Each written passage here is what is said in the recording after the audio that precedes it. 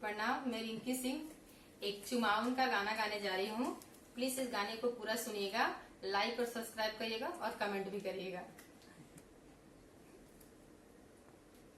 घर में से निकली आपन मम्मी आंचल क्यों फहराती हो। घर में से निकली आपन मम्मी आंचल क्यों फहराती हो। धीरे धीरे चुम लो मम्मी, इतना क्यों घबराती हो। धीरे धीरे चुम लो मम्मी, इतना क्यों घबराती हो। घर में से निकली आपन चाची आंचल क्यों फहराती हो। घर में से निकली आपन चाची आंचल क्यों फहराती हो।